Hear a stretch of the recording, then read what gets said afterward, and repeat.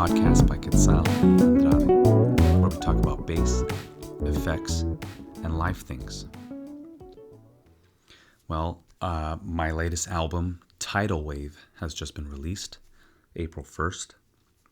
And if you had a chance to check it out, thank you. And if it's in your plans to check it out, thank you for making arrangements and hopefully enjoying the 20 to 23 minute album on your drive to who knows where. And again, hopefully the 2.5 minute tracks keep you entertained. And just kind of keep in mind, this is a very simple DIY method that I use to try to record 9 tracks every month. And whatever's in my mind, right? Whatever creative, spontaneous thoughts and moments occur, I'm trying to record, layer, and just put out there every first of the month. So TIDAL WAVE is the most recent release, and I do want to talk about the titles and just the flow of the album and I guess the reasoning behind it, and more than that, just I guess after everything was said and done, putting the tracks in order, kind of trying to make sense of it all in the process of laying it out. And even after once it's laid out, you find I found new ways to look at the flow of tunes in a sort of creative, artistic, perhaps even poetic type of way. And so hopefully, if anything, right, even if you hate the music, you might find the title tracks providing some sort of insight on how I view things and the joys that can come of putting together a music package that's not just, tracks, the thought behind titles, the thought behind track order and all that. It's a challenge, but it's also fun too after each batch has been created. Right off the bat, yes, the album cover was painted by my 5-year-old daughter, Analia. And actually, it was a red thing that she had painted before, and then somehow on a different day, she threw on some blue. And I thought it was a very cool way to have a fresh look. There's some sort of wavy, water-like impressions on there. Obviously, we got purple hues, and you can kind of see in the butt and the background some subtle reds, right, where she had painted over. But yeah, tidal wave. It's crazy, right? Tidal waves present the idea to me that there's some strong waters moving and that we may not have control over. And the reality is the biggest wave that is hitting me now is April is here and my birthday is on April 22nd. I will be turning 40. And time is one of those things we cannot stop, cannot slow down. We have to learn to embrace, if we can, right? It's probably the best for us all to embrace every chapter, every moment that we do have. Milestone or not, like every day counts. And obviously, it's been a blessing to have lived this long, to enjoy the activities and the blessings up to this moment. My beautiful family. And obviously music being a large blessing and can't take it for granted, right? The opportunity to create and to perform. And so I'll be 40 in April, and this album just kind of like, man, kind of provides some sort of full circle image or idea to me.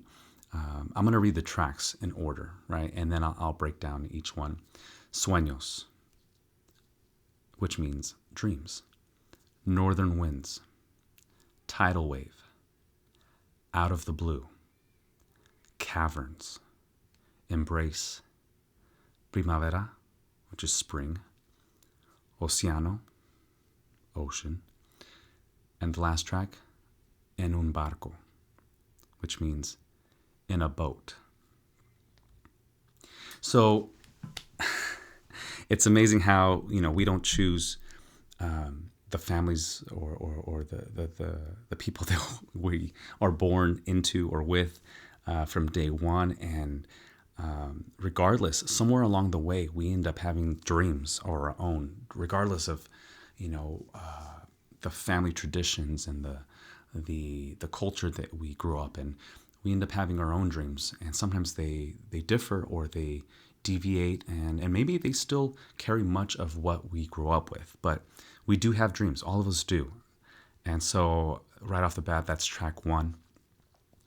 And somewhere after we have dreams, moving on to track two, northern winds. I mean, the wind could have came from the east, the west, the south, but I chose northern winds.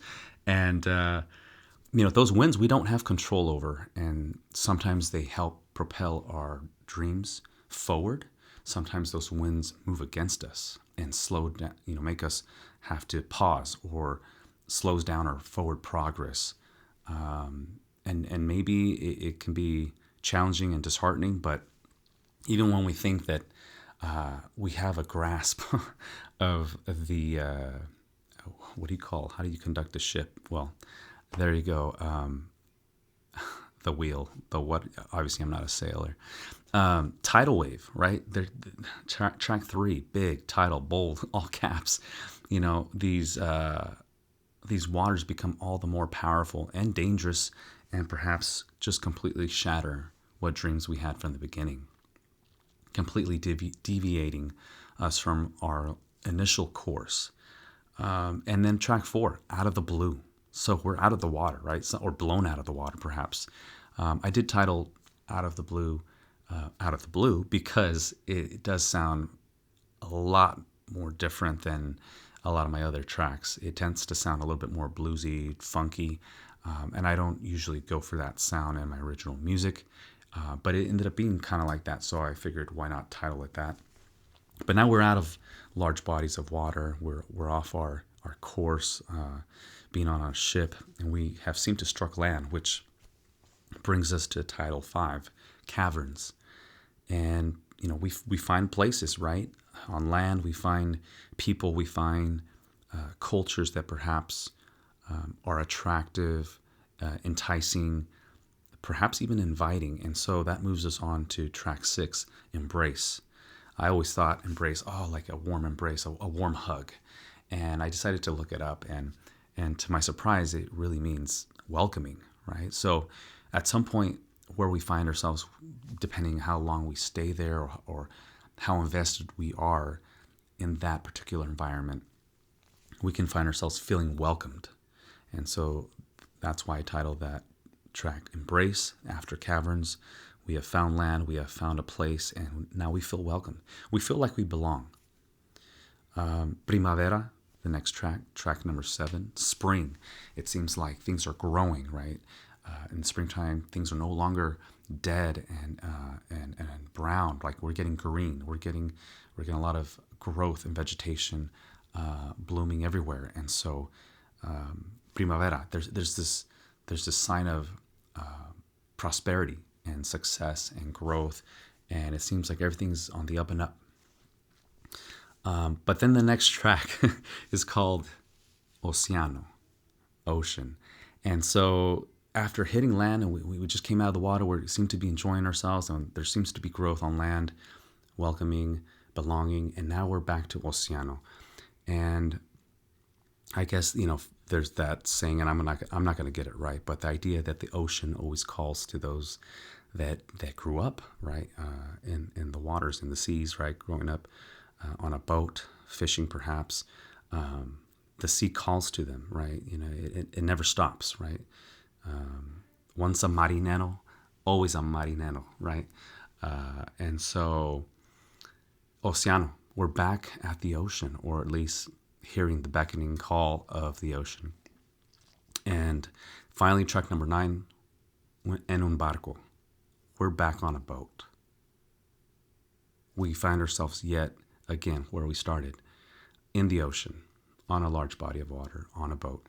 And even through all that, if you notice, perhaps the first track is in Spanish, Sueños. And then finally, the last 3 tracks are in Spanish yet again. We have these several tracks in English in between, after that initial dream or Sueños piece.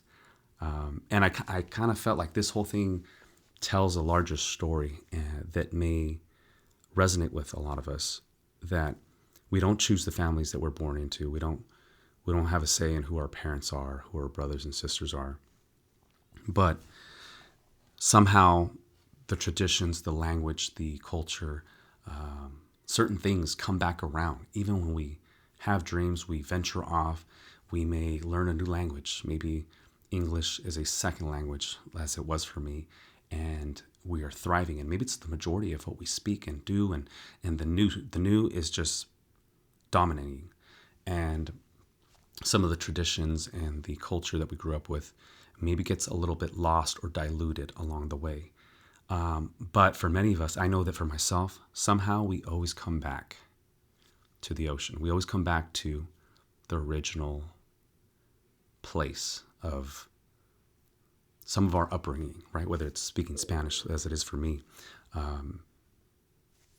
There's certain things that I say in language, in Spanish, that my parents have told me growing up, and I'm telling my kids certain traditions, obviously during the holidays and whatnot, making tamales, and even just music in general. Like some of my first introductions to secular music, right? I grew up in church, but even then, in a secular part of music, I grew up listening to smooth jazz as my safe gateway towards secular music, which my parents allowed me to listen to and practice along and whatnot. And I joined jazz band in middle school, and that sound and that inspiration and that time of learning how to listen, right, how to accompany a track was everything to me. And so I still have an appreciation for instrumental music. I still come back to that. And obviously my original music that I've been pumping out since last year, 2025 in January, it's all instrumental. It's all very jazz, smooth jazz, instrumental, electronic-y. But again, with the idea that a lot of that has never left. It's still coming back around now. And even with, learning and speaking a majority of the time English, I am titling half of my tracks virtually Spanish titles. And so I feel like it reflects who I am more as a person, may I say artist, right? And if this is an artistic way to present tracks or songs, pieces, in album form that hopefully somebody can enjoy the thought process behind it, right? That's why we have this podcast. That's why this exists. This is why, I'm taking the time to explain for those that care. Obviously, should my kids listen to this one day, they will know that, man, Dad was not just about his music, but about the titles, the artwork that they created. And, it took a lot more than just press and record and strumming an instrument or plucking a bass. And so I've been super happy to be able to, create more meaning out of the music with the whole title and track order part of things. So that's Tidal Wave, guys. I hope you guys really enjoyed it. Tidal Wave is it's a cool track. Anyway, I hope you guys enjoyed it all. And I did try some new things. There's probably some familiar sounds. Of course, much of the same effects pedals are used throughout. But again, there's maybe like half of the tracks with actual drum tracks from the Teenage Engineering, pieces, right? Like the KO2. But there's a handful of pieces there. They're also just straight up bass, nothing else added. And it's a joy to just be able to play so much and create so much just on a bass, which brings me to another new idea of my S. Martin Concert 32 bass is amazing. It's the constant workhorse for live music and for writing and recording original music. But I am creating or having a new custom built by Samuel Martin as well from Brazil. So a second S. Martin is in the works. Super excited. It will be a little bit bigger. It will be a 33-inch scale bass. It will have 17.5 millimeter string spacing. And it's going to just be a little bit more aggressive looking. It'll be more of the live band, cover band type of bass, where I'll be playing that a majority of the time standing, as opposed to this Concert 32 bass that it's a joy to sit and play with. It's a sitting instrument. Can I stand and play with it? Yes. Do I? Yes. But I feel like it's going to be nice to kind of give this bass a little bit of a rest, or give it some breath to have a more solidified look and purpose. Obviously more studio, more original work, more of the jazz genre type of playing. Which brings me to this weekend's gig with a Bella Trio. It's a cover band, but we definitely take many jazz liberties and changing chord progressions and trading solos throughout the whole set. And so we'll be playing this weekend, April 4th, and I will definitely be playing my S. Martin bass. So, and sitting, sitting for sure. A full effects pedal board setup will be present, and so stay tuned for any videos on my IG should I end up uploading anything after this weekend. Let's see. Speaking of pedal boards, I hit a wall. I definitely hit a wall.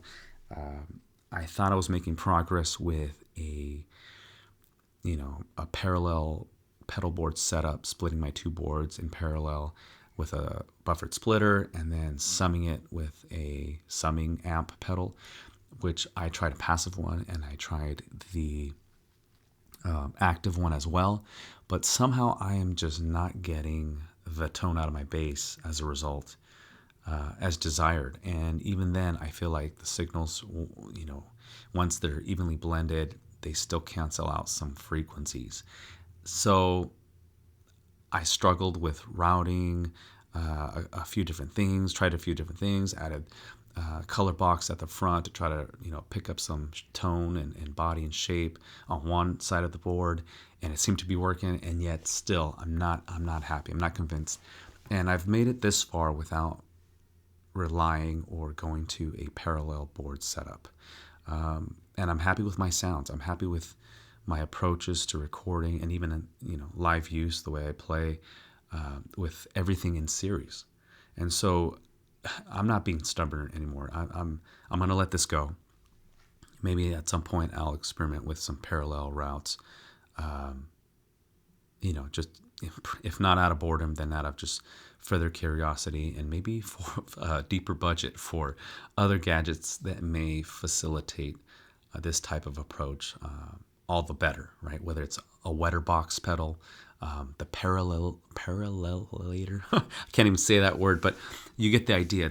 There's other hardware pieces, other components that might be able to assist in creating a parallel or dry, wet, type of scenario that will be clean sounding, no phase issues, no tone changes, and I'm not there yet. So the beautiful part about that whole struggle of wrestling with the pedal boards and trying to make that work was the relief that I had once I put back everything into series, and then I just started playing and threw down a loop. I ended up having a blast doing that. Then I created another loop which I enjoyed, and I ended up saving to then track over later, right, for album use.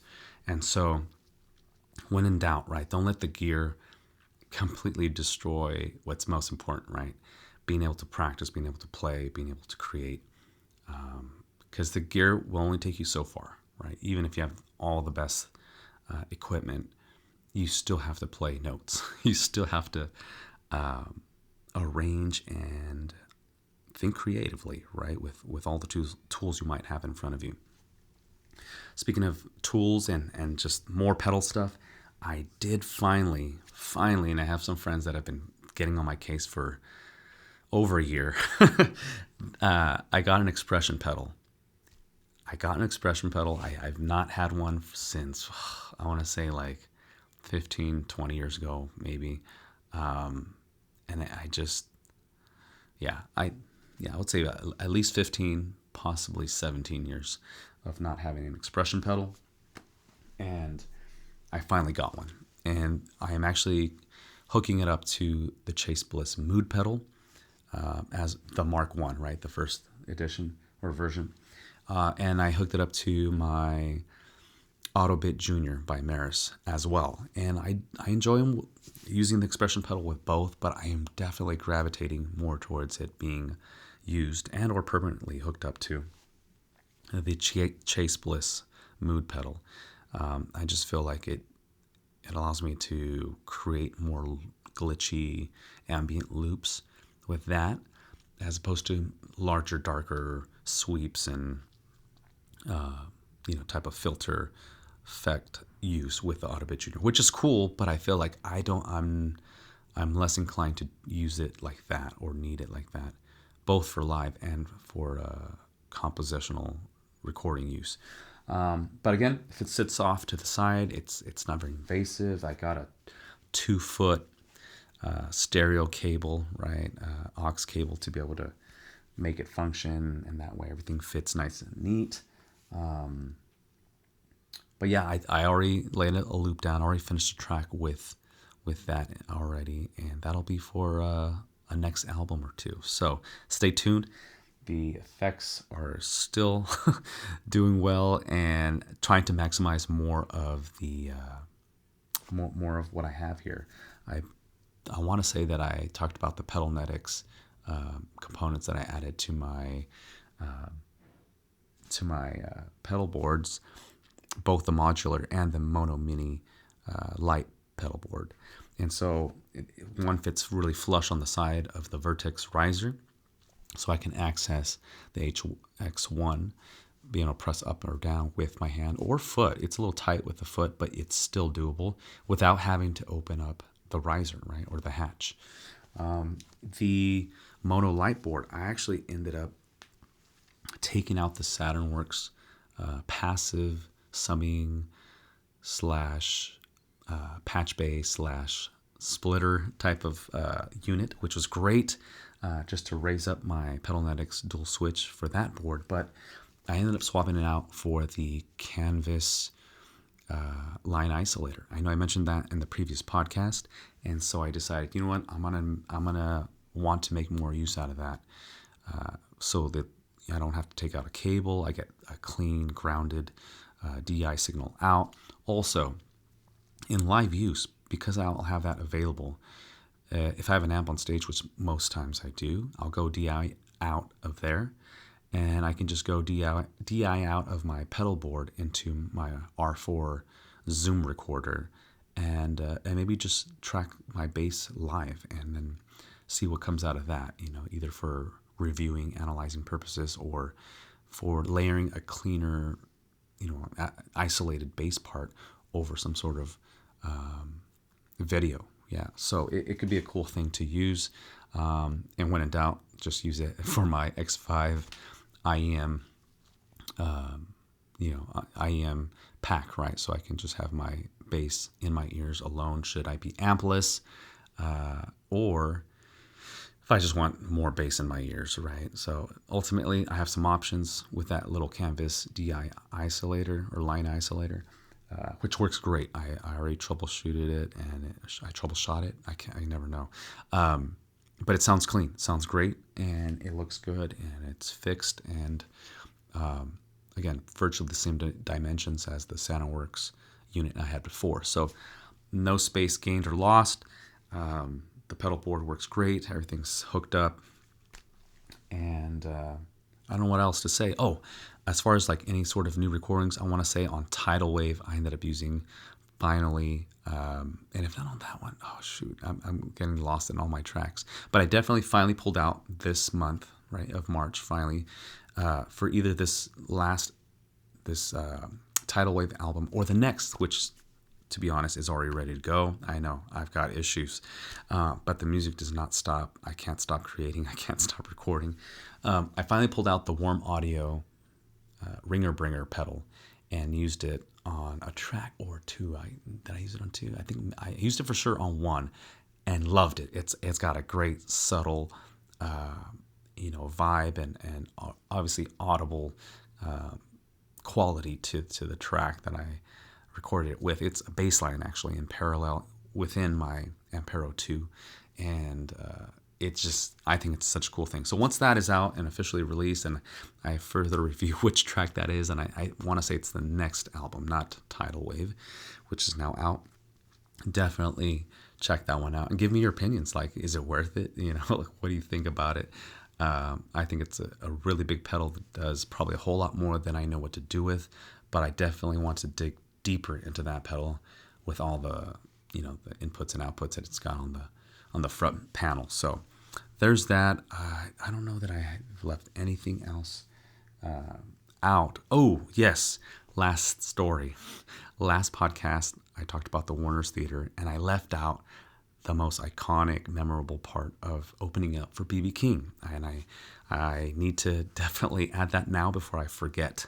But every time I've ever told the story about opening up for B.B. King, I've always said the best, most memorable part of opening up was maybe 10 minutes before we got on stage. We had tri-tip sandwiches in the back of the venue outside. Chefs were barbecuing out there, and they're like, hey, you guys want a sandwich? And we're like, heck yeah. So we pounded a tri-tip sandwich each, and it was so good. The perfect amount of spice. The meat was amazing. Everything about it. And they ended up sharing that some of the secret to their sauce was adding some jalapeno juice in it. And oh my goodness, it was so good we couldn't just have one. So we each ate two, which we were a lot younger, right? I was almost 20 years younger. And pounded a second sandwich, and we were all dying by the end of that. We were all so stuffed, and we only had like 5 minutes to compose ourselves and get ready mentally and maybe even physically before performing. But again, if I were to be presented with two tri-tip sandwiches today, almost 4 years old, I would definitely not eat the second. I would exercise discretion and definitely show restraint and just take the one, chalk it up as a win, and then perform in much better physical and mental state. So anyway, that's the bit of the story that I always forget, but those sandwiches are so good. If memory serves well, the best ever. So you guys have a good one. Thanks for listening in or tuning into the podcast, and we'll see you at the next one.